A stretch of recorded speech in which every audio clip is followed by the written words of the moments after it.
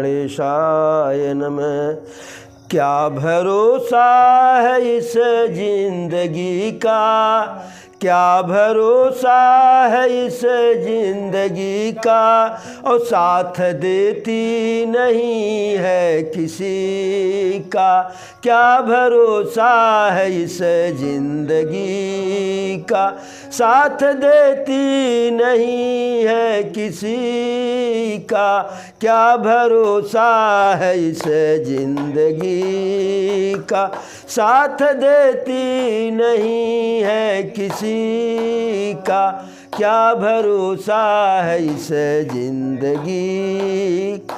शम्मा बुझ जाएगी जलते जलते, शम्मा बुझ जाएगी जलते जलते, सांस रुक जाएगी चलते चलते। शम्मा बुझ जाएगी जलते जलते, सांस रुक जाएगी चलते चलते। दम निकल जाएगा आदमी का, दम निकल जाएगा आदमी का, और साथ देती नहीं है किसी का। क्या भरोसा है इस जिंदगी का, साथ देती नहीं है किसी का। क्या भरोसा है इस जिंदगी का।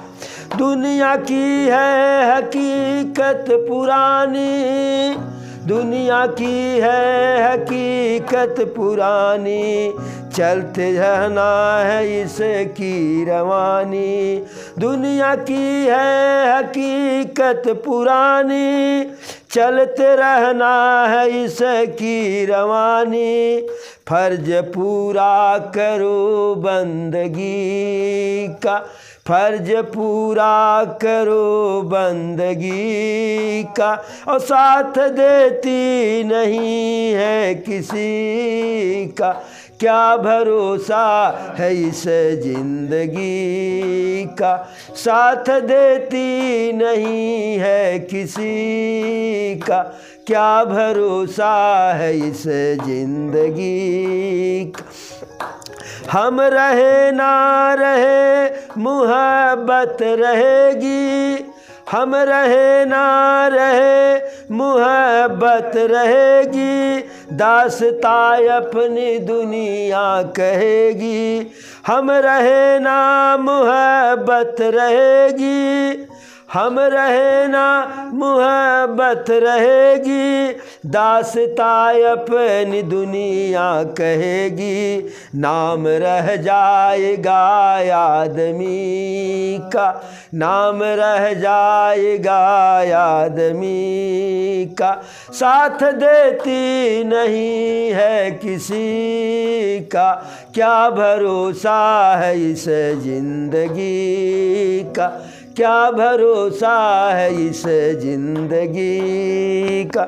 तो यह जो जिंदगी है इसका कोई भरोसा नहीं। यद्यपि इस जिंदगी का क्षण मात्र का भरोसा नहीं। और अभी तो यह कलयुग का जो है, कलयुगे कल प्रथम चरण, यानी कलयुग जब से लगा उसका प्रथम चरण चल रहा है। यही कलयुग के पूर्व वाले युग में द्वापर जिसको महाभारत काल कहते हैं, महाभारत काल में लोगों की आयु जो है हजार हजार वर्ष की होती थी। और जब कलयुग लगा तो उस समय भी लोगों की आयु 500 वर्ष होती थी। आज के 200 साल पहले जो पैदा हुए थे उसमें से ऐसा शायद कोई रहे होंगे कि जिनकी आयु 100 वर्ष से अधिक न रही हो। लेकिन आज क्या है, आज आम तौर पर 75-80 वर्ष तक जाते जाते जो है सबकी आयु जो है, जिंदगी जो है, जीवन का लीला जो है, राम नाम सत्य है। इसी कलयुग में जब कलयुग का अंतिम चरण चलेगा तो जीवन संबत 15 और कल पांथन होई गुमान ऐसा। तो कलयुग के अंतिम चरण में मानव का जीवन ज़्यादा से ज़्यादा 10 या 15 वर्ष का होगा, 10 से 15 वर्ष मानव का, मनुष्य का। और अहंकार कितना होगा मनुष्य को? अपने ऊपर इतना अहंकार होगा कि युगों युगों तक मेरा नाश नहीं होने वाला है, मैं जिंदा रहूँगा। आज भी हम पूरे ज़िंदगी का 50 वर्ष का 100 वर्ष का हिसाब किताब बनाते हैं कि भाई करेंगे, हम करेंगे, और अगले क्षण का कोई ठिकाना नहीं जो है। तो यह जो भजन है, क्या भरोसा है इस ज़िंदगी का? हकीकत में यही ज़िंदगी है कि इस ज़िंदगी का कोई भरोसा नहीं है। जितनी सांस प्रभु दिए हैं, हर सांस को अंतिम सांस मान के चलिए। अगली सांस मिलेगी तो उसको एक्सटेंशन मान कर चलिए कि हमारा जो है एक सांस और बढ़ गया। इसलिए हर सांस को अंतिम सांस मानिए और हर सांस में हो सके तो प्रभु का भजन कीजिए। कागभूषुंड जी जिस युग में, जिस कलयुग में वह मानव के रूप में जन्म लिए थे, उस युग का वर्ण जो है गरुड़ जी से वर्णन कर रहे हैं। अरे गयऊँ उज्जैनी सुनूर गारी, गयऊँ उज्जैनी सुनूर गारी, दीन मलिन दरिद्र दुखारी, गय काल कछु संपत्ति पाई, और तह पुनि करऊँ शंभु सेवकाई। विप्र एक वैदिक शिव पूजा, विप्र एक वैदिक शिव पूजा, और करई सदा तेहि काज न दूजा। परम साधु परमारख बिंदक, शंभु उपासक नहीं हरि निंदक। अरे तेहि सेवऊ मैं कपट समेता, द्विज दयाल यति नीति निकेता। बाहि जनम्र देखी मोहि साई, और विप्र पढ़ावे पुत्र की अनाई। कागभूषुंड जी कहते हैं गरुड़ जी से, हे गरुड़ जी, मैं उस कलयुग में अवधपुरी में जन्म लिया था, लेकिन अवध के प्रभाव को नहीं जान रहा था। मैं इधर उधर भ्रमित हो रहा था। माता पिता जब हमारे नहीं रहे तो मैं वहाँ से उज्जैनी चला गया। उज्जैन मैं चला गया वहाँ से जो है, और उज्जैन गया क्यों? क्योंकि दीन था, हीन था, दुखी था, दरिद्र था। कुछ समय तक उज्जैन में मैं रहा, तो कुछ समय व्यतीत होने के बाद जो है हमें कुछ धन इत्यादि मिल गया, और मैं वहाँ जो है रह करके ब्राह्मण बन करके ब्राह्मण के रूप में शंकर जी की सेवा करने लगा। एक ब्राह्मण थे गुरु हमारे जो है, जो वैदिक थे, जो है वेद विधि से शंकर जी की पूजा करते थे, और शंकर जी की पूजा के अतिरिक्त जो है अरे करई सदा तेहि काजु न दूजा। हमारे गुरु जी जो थे उनको शंकर जी की पूजा के अतिरिक्त कोई दूसरा कार्य जो है उनके लिए था ही नहीं जो है। मैं उस गुरु के अरे परम साधु परमारथ बिंदक, शंभु उपासक नहीं हरि निंदक। जो हमारे गुरु जी थे वह एकदम सज्जन थे, दूसरों के भलाई में लगे रहते थे, विद्वान थे, साथ ही शंकर जी की जो है भक्ति करते थे, लेकिन श्री हरि के अर्थात विष्णु जी के निंदक नहीं थे। उनमें भी उनका उतना विश्वास था जो है। और मैं अपने उस गुरु की सेवा कपट के साथ करता था। जैसे एक होता है निस्वार्थ भाव से सेवा, एक होता है कपट के साथ कि गर्जनी काम चलाने के लिए हम आपके मुंह पर आप वाली कर रहे हैं। लेकिन जो हमारे गुरु थे द्विज दयाल यति नीति निकेता, जो गुरु थे ब्राह्मण थे, दयालु थे और नीति के घर थे, नीति के सागर थे। मेरे बाहरी विनम्रता को, क्योंकि मैं जब उनकी सेवा कपट के साथ करता था, तो जो व्यक्ति कपटी होता है, कपट उसके अंदर रहता है, बाहर से बड़ा सज्जन और बड़ा जो है कोमल दिखाई पड़ता, बड़ा मधुर जो है। तो कह रहे हैं काकभूषुंड जी कि बाहर से मेरी नम्रता को, विनम्रता को देख करके हमारे गुरु जी हमें विद्या का ज्ञान दिए, शिक्षा दिए। कैसे? पुत्र की नाई, जैसे कोई पुत्र को पढ़ाता है उस प्रकार से। शंभु मंत्र मोहि द्विजवर दीना, शंभु मंत्र मोहि द्विजवर दीना, और शुभ उपदेश विविध विधि कीना। जपऊ मंत्र शिव मंदिर जाई, और हृदय दम्भ यही मित अधिकाई। काकभूषुंड जी कहते हैं गरुड़ जी हमारे गुरु हमें शंकर जी का मंत्र सिखाए, शंकर जी की पूजा अर्चना करना सिखाए, जो है हमारे भलाई के लिए नाना प्रकार से बढ़िया बढ़िया उचित उपदेश दिए। मैं जा कर के उसी शिव मंदिर में जहाँ के हमारे गुरु जी पुजारी थे, उसी शिव मंदिर में जा कर के शंकर जी के मंत्रों का जाप करता था। लेकिन मेरे हृदय में जो है अहंकार कूट कूट करके भरा था, जो है मय खल मल संकुल मति, नीच जाति बस मो, हरिजन दुज देखऊँ जरऊँ, करऊँ विष्णु कर द्रोह। गुर नित मोहि प्रबोध, दुखित देखी आचरण मम, मोहि उपजई अति क्रोध, दम्भिह नीति की भावई।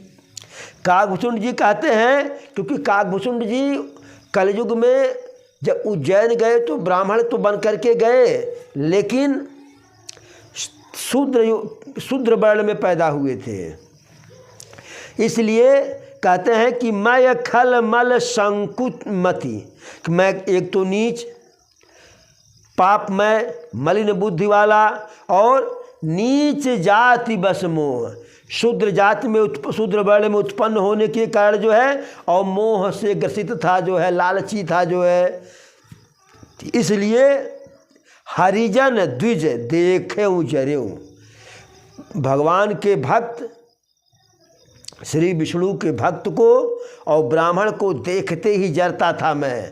और करऊँ विष्णु कर द्रोह, और स्वयं मैं विष्णु जी से द्रोह करता था, यानी विष्णु में मेरी आस्था नहीं थी। लेकिन मेरे ऐसे आचरण को देख करके हमारे गुरु जो है बहुत दुखी होते थे और हमें बार बार उपदेश देते थे कि पुत्र शिष्य ऐसा करना उचित नहीं है, यह गलत कर रहे हो। और जब मुझे गुरु जी उपदेश देते थे तो मुझे क्रोध आ जाता था। क्यों? क्योंकि जो दुष्ट होता है उसे नीति या न्याय की बात अच्छी नहीं लगती है। अब कहते हैं काकभूषुंड जी, हे भक्तराज गरुड़ जी, पक्षीराज गरुड़ जी, अब आगे की कथा सुनिए। तो गरुड़ जी कहते हैं कि वही तो हम सुनने के लिए आए, आगे की कथा सुनाइए। अरे एक बार गुर लीन बोलाई, और मोहि नीति बहु भांति सिखाई। शिव सेवा कर फल सुत सोई, अबिरल भगति राम पद होई। कहते हैं कि एक बार हमारे गुरुदेव हमको बुलाए अपने पास और हमें नाना प्रकार से समझाए कि हे पुत्र, शंकर जी की सेवा या शंकर जी की उपासना करने का यही फल होता है कि श्री राम के चरणों में अनुराग उत्पन्न होता है। राम ही भजही तात शिव धाता, और नर पावर कय केतिक बाता। हे पुत्र, राम तो वह है जो है कि जिनका भजन, जिनका गुणगान जो है स्वयं शंकर जी और जो है ब्रह्मा जी करते हैं। साधारण पापमय मनुष्य की बात ही क्या है, जो है जिसके चरणों में शंकर जी का जो है और ब्रह्मा जी का अनुराग है, उससे द्रोह करके या उसके विमुख हो करके जो है यदि कोई सुख चाहे तो वह सबसे बड़ा भागा है। अरे हर कहूँ हरि सेवक गुर कहूँ, और सुनि खगनाथ हृदय मम दहूँ। अब काकभूषुंड जी कहते हैं कि हे गरुड़ जी, जब हमारे गुरु हमसे कहे कि शंकर जी स्वयं श्री राम के सेवक हैं, श्री राम के भक्त हैं, विष्णु जी के भक्त हैं, तो ऐसा गुरुदेव के बात को सुन करके हे गरुड़ जी मेरा हृदय जलने लगा। मैं नीच जाति का विद्या पा करके उसी तरह से बौरा हो गया था कि जैसे सांप को दूध पिलाइए तो विष ही पैदा बनता है। मैं अभिमानी था, कुटिल था, अभागा था, शूद्र वर्ण में पैदा हुआ था, इसलिए रात दिन अपने गुरु के साथ मैं द्रोह करता था। क्योंकि गुरु हमारे शिव जी के पुजारी तो थे, लेकिन उनका स्नेह जो है राम में भी था और मैं राम का विष्णु का द्रोही था जो है। लेकिन मेरे बार बार द्रोह करने के बाद भी हमारे गुरु हमारे ऊपर जरा सा भी नाराज़ कभी नहीं होते थे, हमें बार बार उचित सिखावन देते थे। लेकिन मैं जो है कि यदि नीच व्यक्ति को जो है बड़ाई दीजिए तो जो नीच व्यक्ति को बड़ाई देता है वह नीच व्यक्ति उसी के सिर पर चढ़ता है। जैसे धूम अनल संभव सुनु भाई और ते ही बुझाव घन पदवी पाई। आग से उत्पन्न धुआं जो है मेघ की पदवी पाता है, बादल की, और बादल से पानी बरसता है तो वह पानी आग को बुझाता है, तो आग को बुझाने की पदवी पाता है। तो इसी प्रकार से जो जिससे बड़ाई पाता है सबसे पहले उसी को चौपट करता है। अरे सुनु खगपति यस समुझ प्रसंगा और बुध नहीं करही अधम कर संगा। हे गरुड़ जी, इसीलिए जो विद्वान होते हैं वह दुष्टों का साथ नहीं करते हैं। कवि को विद गावहि यस नीति खल सन कलह न भल नहीं प्रीति। कवि भी ऐसा कहते हैं, विद्वान भी कहते हैं, और ऐसी नीति भी कहती है कि दुष्ट व्यक्ति के साथ जो है न तो प्रेम अच्छा होता है न तो जो है शत्रुता अच्छी होती है। रहीम जी भी लिखे हैं, रहीमन ओछे नरन ते तजो बैर यरु प्रीत काटे चाटे स्वान के दुहु भांत विपरीत। यानी जैसे कुत्ता चाहे आपको काटे चाहे आपका मुंह चाटे तो दोनों में आपका हानि है। काट लेगा तो बड़का वाला इंजेक्शन लगेगा और चाटेगा तो स्नान करना पड़ेगा। देखिए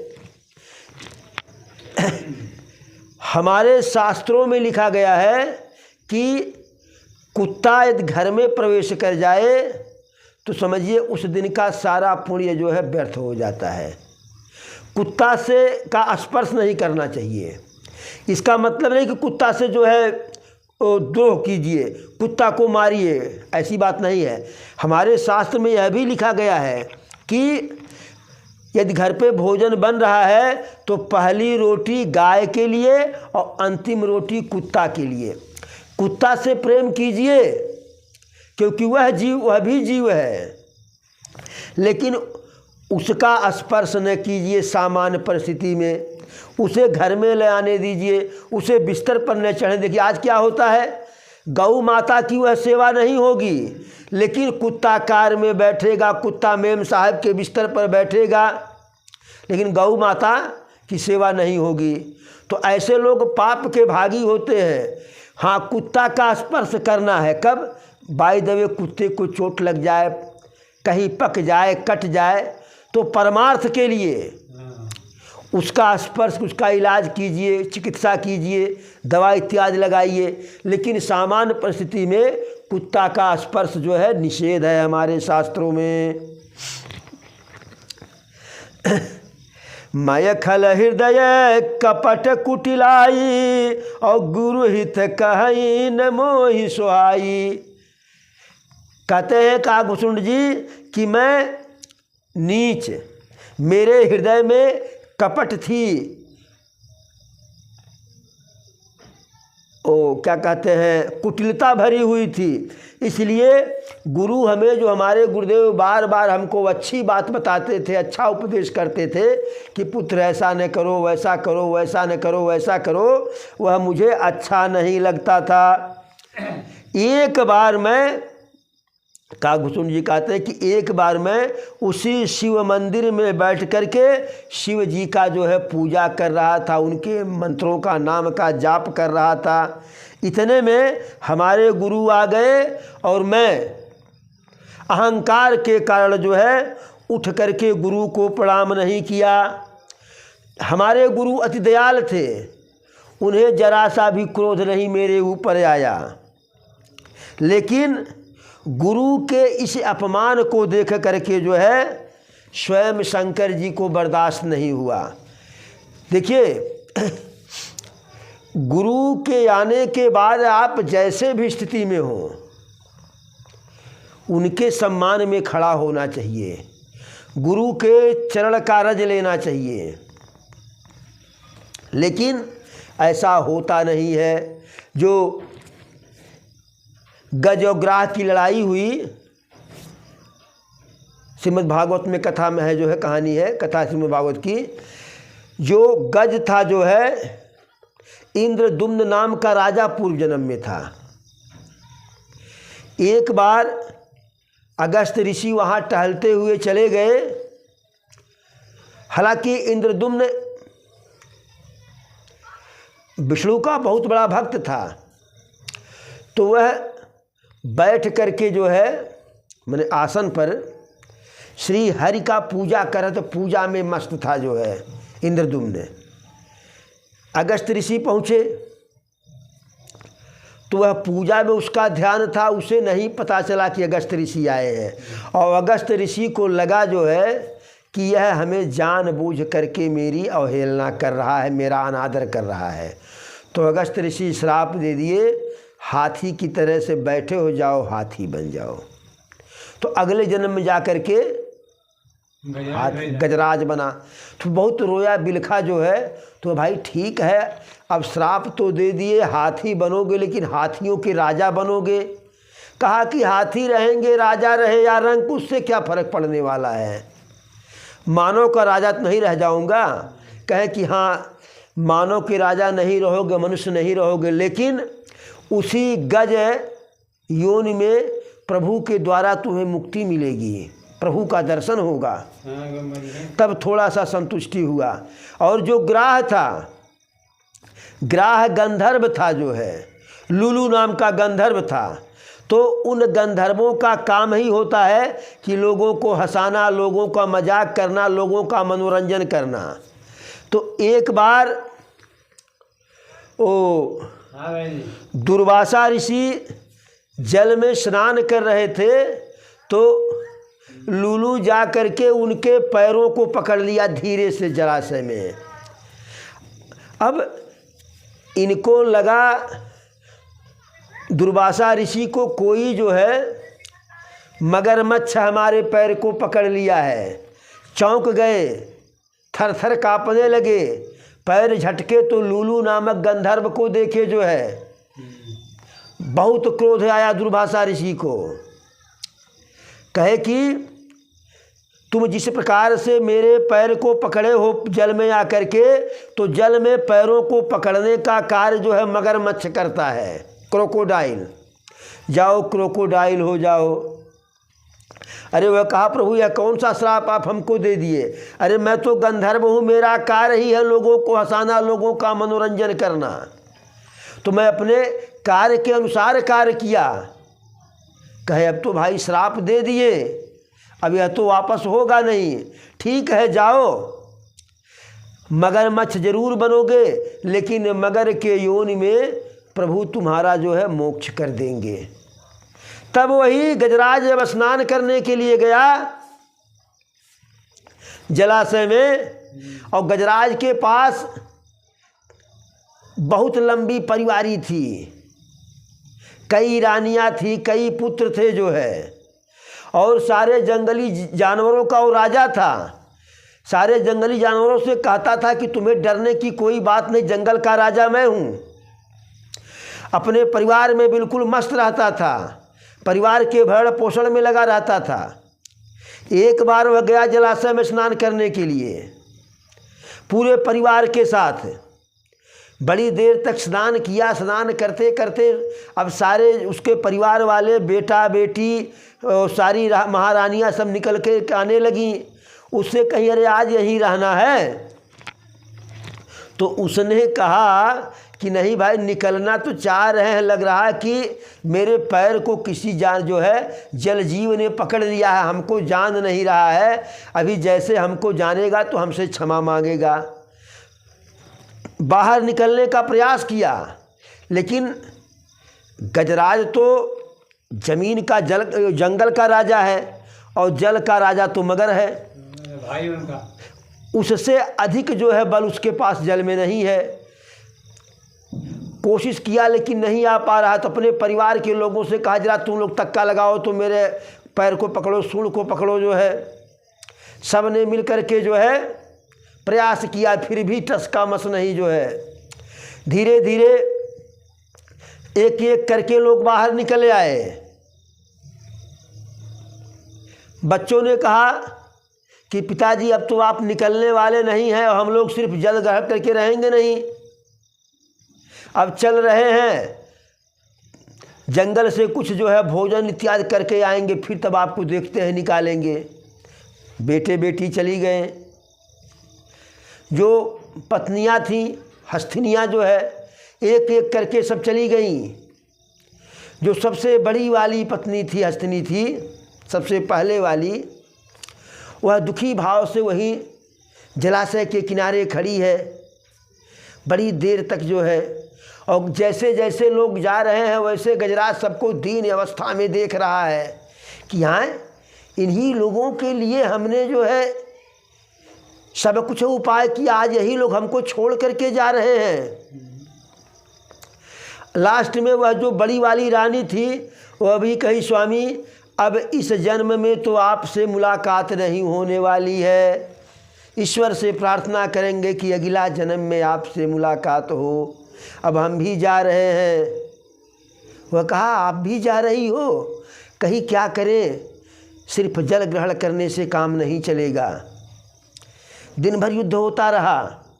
जब उसे लगा कि जो है नाक और कान डूब जाएगा, तब वह जो है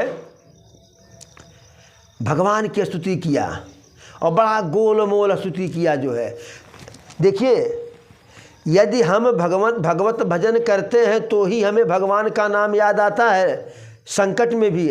अन्यथा बेटुआ का नाम आएगा, बिटिया का, पत्नी का और भाई पटदार का। क्योंकि पूर्व जन्म में वह श्री हरि का भक्त था, जो है श्री हरि का पूजन अर्चन किया करता था, इसलिए बहुत लंबा चौड़ा जो है भगवान की स्तुति किया। जो है लेकिन बहुत गोल मोल। उसमें न तो विष्णु को बुलाया, न ब्रह्मा को बुलाया, न शंकर को बुलाया, न गणेश को बुलाया, न लक्ष्मी, न पार्वती, न दुर्गा, न इंद्र, किसी को नहीं बुलाया।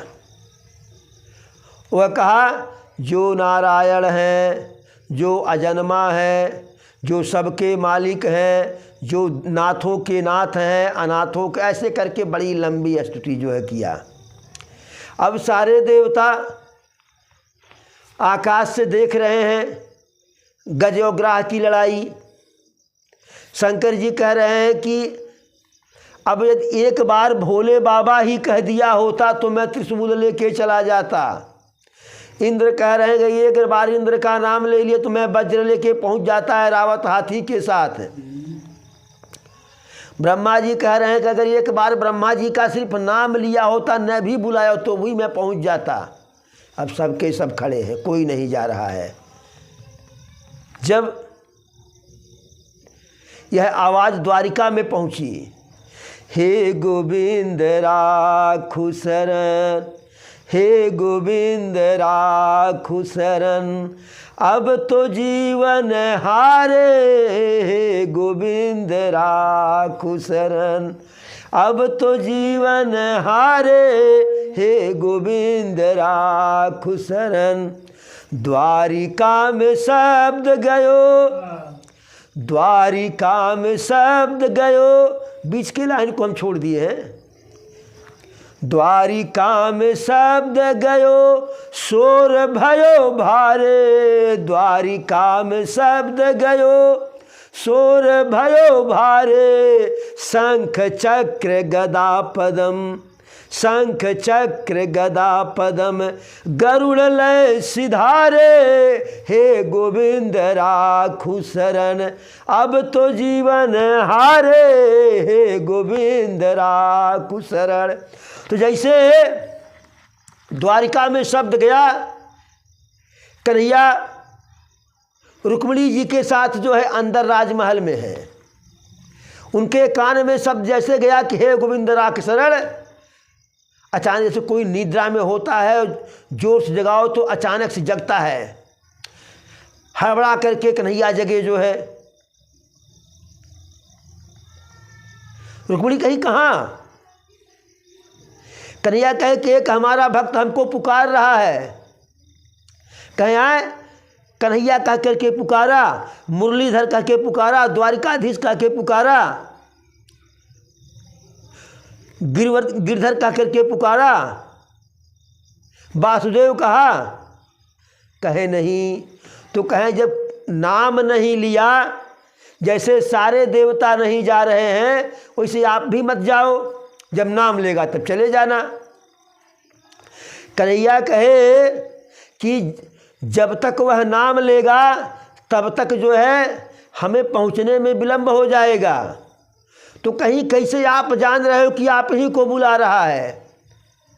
तो कहे कन्हैया कि जो ज़मीन होती है, जो ज़मीन किसी के नाम होती है, जितनी ज़मीनें किसी किसी के नाम होती हैं, तो वह तो सारी ज़मीन जो है उनकी होती है, लेकिन जो ज़मीन बेनाम होती है वह ज़मीन सरकारी होती है, और सरकार तो मैं ही हूँ।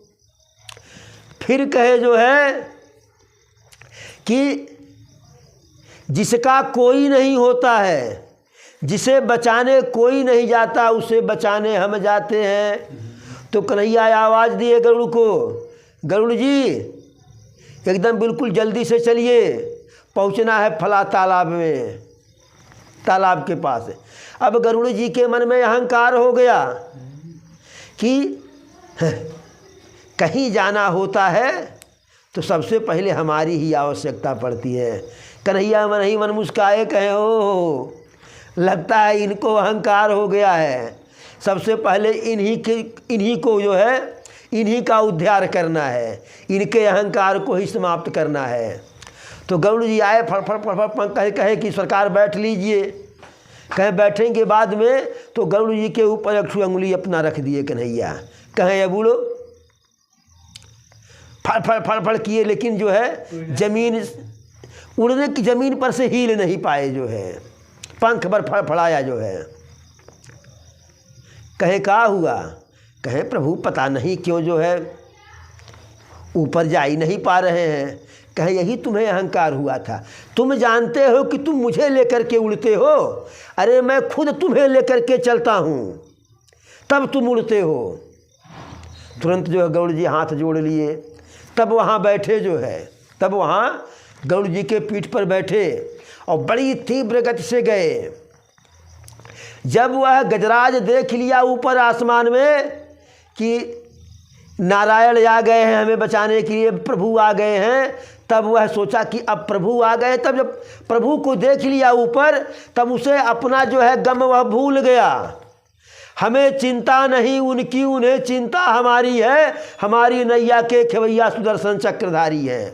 तो यह भूल गया कि कोई जीव जो है, कोई जंतु मेरे पैर को पकड़ के खींच रहा है, अपनी व्यथा वह भूल गया। सोचा प्रभु आ रहे हैं, तो उसी तालाब में से एक कमल का फूल ले लिया, क्योंकि कमल प्रभु को अति प्रिय है। लक्ष्मी जी कमला हैं, तो इस प्रकार से जो लक्ष्मी जी कमल पे रहती हैं, कमला कमल पे विराजमान होती है और कमला प्रभु के हृदय में विराजमान है, तो इसलिए कमल बहुत प्रिय है। तो ये कमल का पुष्प जो है ऐसे अपने सूंड से उठाया और प्रभु को अर्पित किया जो है। तालाब के ऊपर जो है गरुड़ महाराज थे। भगवान को लगा कि जब तक गरुड़ महाराज नीचे उतरेंगे तब तक तो हमारा भक्त डूब जाएगा। वहीं ऊपर से ही छलांग लगा दिए। अब बताइए आज कोई ऐसा करेगा? कोई हवाई जहाज़ में बैठा हो, जब तक हवाई जहाज़ लैंड नहीं करेगा ज़मीन पे, एयरबेस पे, तब तक कोई नहीं उतरेगा, चाहे कितना जो है आफत आ जाए। लेकिन प्रभु आओ देखे न ताव देखे, कूद गए जो है, और कूद गए तो अपने हाथ का ऐसे हाथ से झटके जो है गजराज को कि गजराज के साथ साथ मगरराज भी आ गए। और जब मगरराज आए तो मगरराज छोड़ नहीं रहे हैं उसके पैर को, गजराज के, तो प्रभु किए क्या, सुदर्शन से उनके गर्दन को काट दिए। तो एक तरफ गजराज को बचाए और मगरमच्छ का उद्धार कर दिए। अब यहाँ से प्रभु बैकुंठ को जा रहे हैं, और बैकुंठ को जा रहे हैं तो जब प्रभु पहुँचे तो उसके जिसका उद्धार करते हैं सब बैकुंठ चला जाता है। तो वहाँ जब गए तो देखे कि एक और जो है वहाँ पहरेदार नया आ गया, भक्त नया आ गया हमारा जो है। तो रुक्मिणी जी से पूछे ये कौन है? तो कहें यही तो आपका भक्त है। कहें भक्त को तो मैं साथ में लेकर के आ रहा हूँ। तो कहें कि इसको साथ में लेकर के आ रहे हो न, यह आपका भक्त है, यह आपके चरणों को पकड़ा जो है, तो इसका उद्धार बाद में होगा। लेकिन जो आपके भक्त के चरण को पकड़ लिया, देखिए भगवान के चरणों में प्रेम करोगे तो मोक्ष कब मिलेगा पता नहीं है, लेकिन भगवान के भक्त के चरण में प्रेम करोगे तो मोक्ष अति शीघ्र मिलेगा। ऐसे एक बार एक व्यक्ति गया था जो है मेला देखने पत्नी के साथ। अब मेले में भीड़ भाड़, पत्नी गायब हो गई। अब इधर उधर जो है भ्रमण कर रहा है, खोज रहा है, कहीं कुछ नहीं।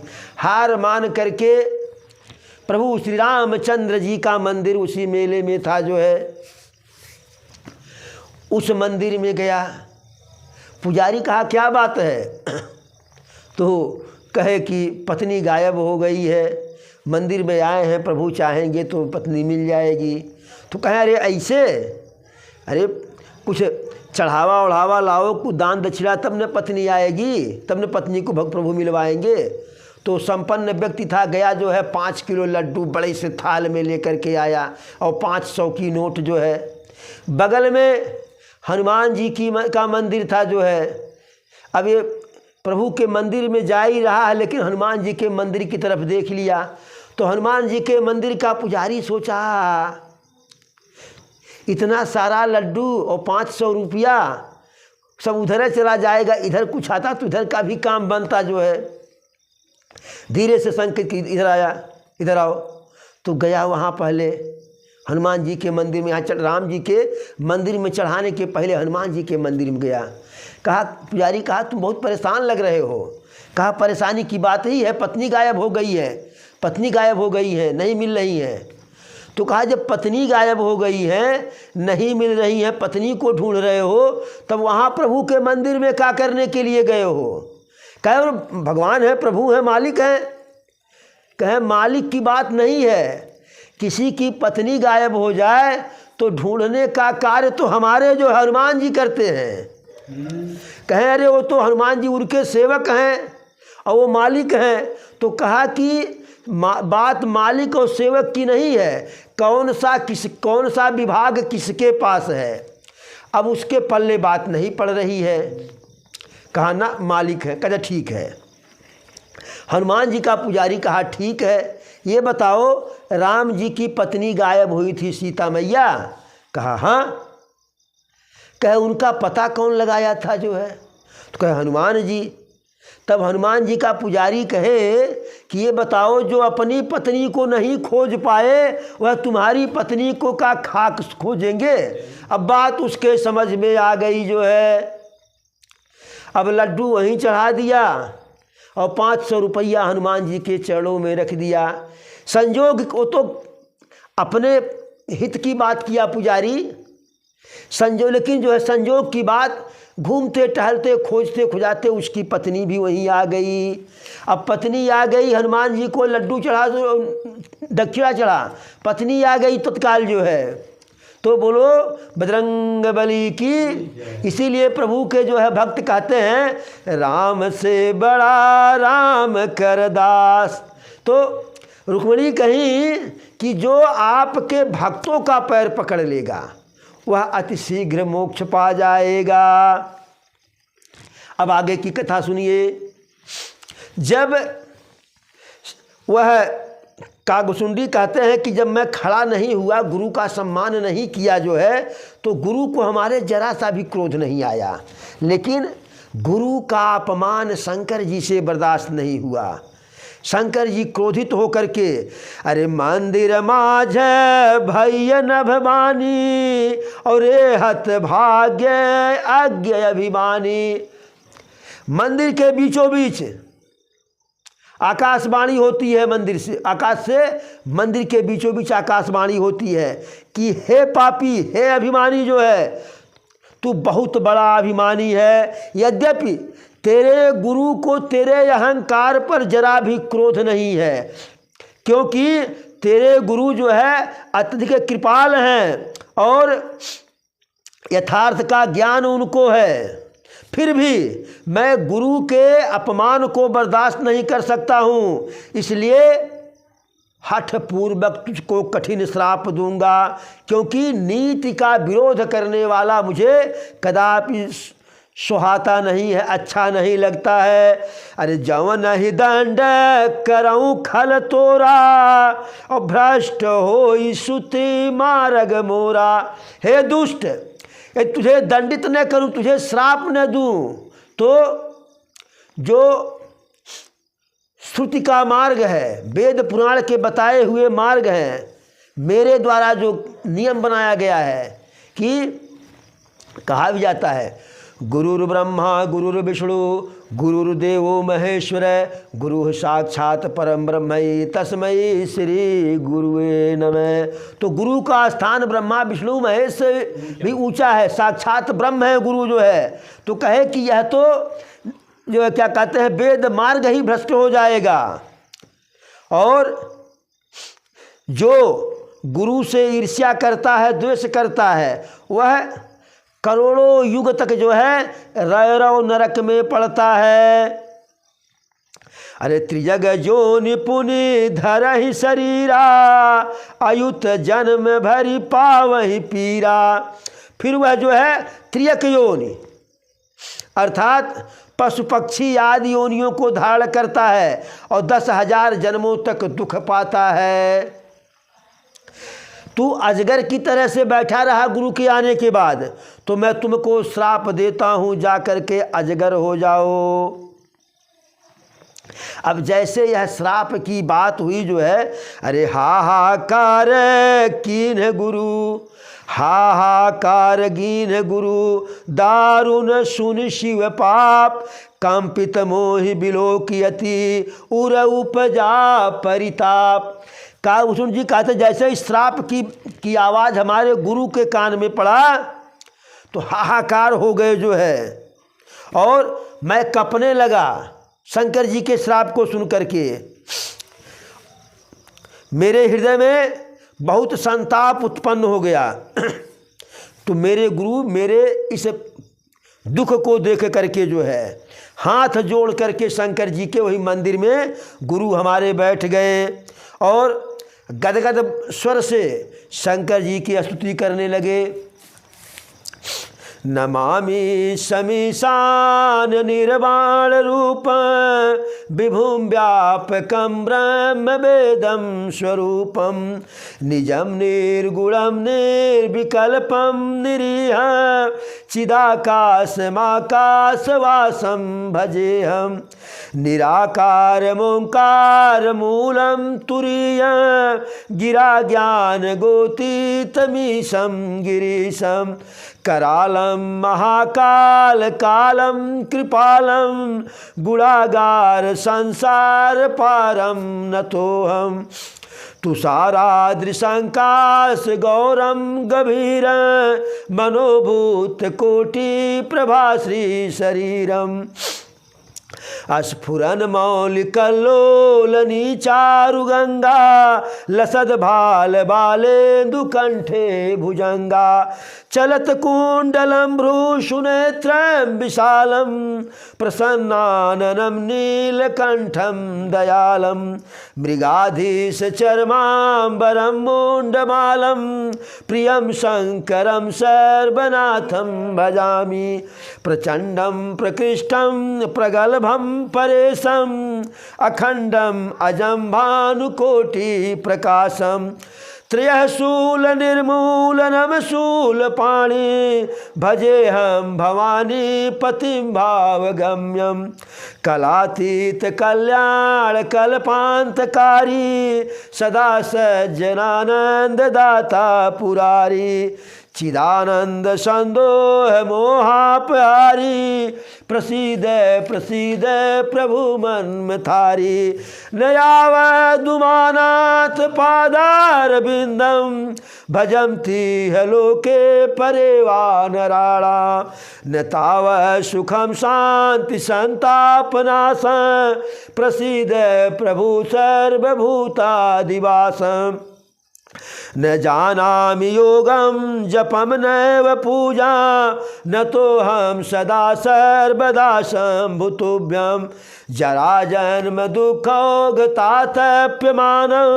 प्रभो पाहि आपन्नमामि शम्भो रुद्राष्टकमिदं प्रोक्तं विप्रेण हरितोषयत् ये पठन्ति नरा भक्त्या तेषां शम्भु प्रसीदति सुन विनति सर्वज्ञ शिव देखि विप्रय अनुराग पुनि मंदिर न भवानी भई दुजवर बर माग जब प्रसन्न प्रभु मोह पर नाथ दीन परने निज पद भगति देहि प्रभु पुनि दूसर बर देव तब माया बस जीव जड़ संतत फिरय भुलान तेहि पर क्रोध न करिए प्रभु कृपा सिंधु भगवान शंकर दीन दयालय यही पर हो कृपाल साप अनुग्रह हो जही नाथ थो रही काल।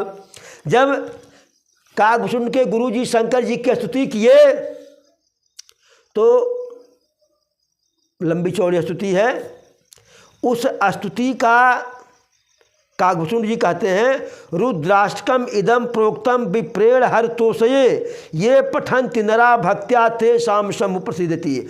भगवान रुद्र की स्तुति का यह अष्टक उन शंकर जी की तुष्टि के लिए ब्राह्मण द्वारा कहा गया जिससे शंकर जी प्रसन्न हो जाएं। और जो मनुष्य इस रुद्राष्टक का पाठ करता है उसके ऊपर शंकर जी वहाँ तो प्रसन्न हुए ही, ऐसे भी अगर हम लोग इस रुद्राष्टक का पाठ कोई भी करे कायदे से मन से जो है तो उसके ऊपर शंकर जी प्रसन्न होते हैं।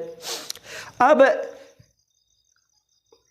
कागभूषण जी के गुरु जी के इस विनती को देख करके शंकर जी अपने ऊपर अपना उसका अनुराग देख करके फिर दोबारा जो है आकाशवाणी मंदिर के बीचों बीच हुआ कि हे ब्राह्मण, श्रेष्ठ ब्राह्मण, मैं अति प्रसन्न हूँ, जो वरदान मांगना हो मांग लो। तो विप्रदेव कहे जब प्रसन्न प्रभु मोह पर नाथ दीन परने निज पद भगति देहि प्रभु पुनि दूसर बर देव। हे प्रभु, यदि आप मुझ पर प्रसन्न हैं, इस दीन पर आपका प्रेम है, तो सबसे पहले तो अपनी भक्ति हमको दीजिए और दूसरा वर दीजिए अब जो है दूसरा वर क्या कि हे प्रभु, आपकी माया से वशीभूत होकर के जड़ चेतन तो जड़ चेतन, सिद्ध ऋषि मुनि भी जो है भूल जाते हैं, माया में पड़ जाते हैं। इसलिए इस हमारे शिष्य के ऊपर जो है क्रोध मत कीजिए, क्योंकि आप कृपा के भगवान हैं, कृपा के सागर हैं। शंकर दीन दयाल अब यही पर हो कृपाल। हे दीन दयाल शंकर जी, अब मेरे शिष्य के ऊपर आप कृपा कीजिए। साप अनुग्रह हो जही नाथ थोरहि काल, जिससे थोड़े ही समय में जो आपका श्राप है वह पूर्ण हो जाए। तो इस प्रकार से जो है देखिए, एक गुरु वह थे कि शिष्य के इतने प्रकार के धृष्टता के बाद भी शंकर जी श्राप दिए तो शंकर जी से विनती करके श्राप को समाप्त करवा रहे हैं। आज का गुरु क्या होगा? बड़ा बढ़िया भाई, जाए मिटे। तो इस प्रकार से शंकर जी प्रसन्न हुए और कहे, अरे यही करहो ही परम कल्याणा, और सोई करहु अब कृपा निधाना। विप्र गिरा सुनि परहित सानी, एवं मस्तु इति भय नभवानी। विप्र कहे, काकसुंडी के गुरु जी कहे कि हे प्रभु, जिससे इसका कल्याण हो, हे कृपा के निधान वही कीजिए। तो ब्राह्मण के बात को, विनती को सुन करके फिर आकाशवाणी हुई कि एवं मस्तु, ऐसा ही होगा। यद्यपि इसने बहुत बड़ा अपराध किया है और इसीलिए मैंने इसके ऊपर क्रोधित होकर के इसे श्राप दिया, फिर भी तुम्हारी साधुता को देखते हुए जो है इसके ऊपर मेरी भी कृपा हो जाएगी। जो दूसरों के ऊपर क्षमा करते हैं, ऐसे ब्राह्मण जो दूसरों को क्षमा कर देते हैं, दूसरों के अपराध को, ऐसे ब्राह्मण मुझे उसी प्रकार से प्रिय हैं जैसे प्रभु श्री रामचंद्र जी हमको प्रिय हैं। शंकर जी कहते हैं फिर भी मेरा श्राप व्यर्थ नहीं जाएगा, यह अवश्य जो है सांप के योनि में पैदा होगा, लेकिन जो मृत्यु होते समय, जन्म लेते समय जो पीड़ा होती है, यह पीड़ा इसे थोड़ा सा भी नहीं होगा जो है। और यह चाहे जितना जन्म जो है जन्म ले जो है, लेकिन पूर्व जन्म का ज्ञान इसका मिटेगा नहीं जो है। फिर शंकर जी कहते हैं कि हे शूद्र, मेरी बात को सुनो। तू अयोध्या में जन्म लिया, प्रभु श्री राम के राजधानी में, फिर भी जो है उनके प्रभाव को नहीं समझ पाया जो है।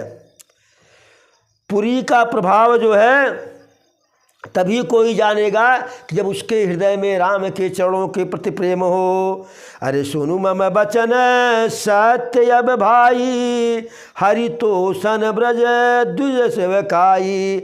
अब जन करहूँ विप्र अवमाना, और जान सुसंतत अनंत समाना। कि अब मेरा सत्य वचन सुनो, द्विजों की सेवा ही भगवान को प्रसन्न करने वाला व्रत है। अब भूल करके गुरु और ब्राह्मण का कभी अपमान मत करना जो है, क्योंकि इंद्र के वज्र, मेरे विशाल त्रिशूल, काल के दंड और श्री हरि के चक्र के मारे भी जो नहीं मरता है, अरे जो इन कर मारा नहीं मरई, और विप्र द्रोह पावक सुवजरई। जो इंद्र के वज्र से, मेरे त्रिशूल से, काल के दंड से और श्री हरि के चक्र के मारने से भी बच जाता है, वह ब्राह्मण के श्राप से अवश्य जल जाता है। तो इसलिए जो है, अरे अस विवेक राख्यऊ मन माही, तुम कह जग दुर्लभ कछु नाही। मेरी बात को ध्यान में रखिएगा, जो कह रहा हूँ उसे मानिएगा, और इसके बाद तुम्हें कोई भी संसार की कोई भी वस्तु दुर्लभ नहीं होगी। और एक आशीषा मोरी, अप्रतिहत गति होई है तोरी। और एक आशीर्वाद और ले लो कि तुम जहाँ जाना चाहोगे, मन में विचार किए कि वहाँ हिमालय पर जाना, हिमालय पहुँच जाओगे, बम्बई पहुँच जाओगे, तो इस प्रकार से जो है ऐसा आशीर्वाद दिए जो है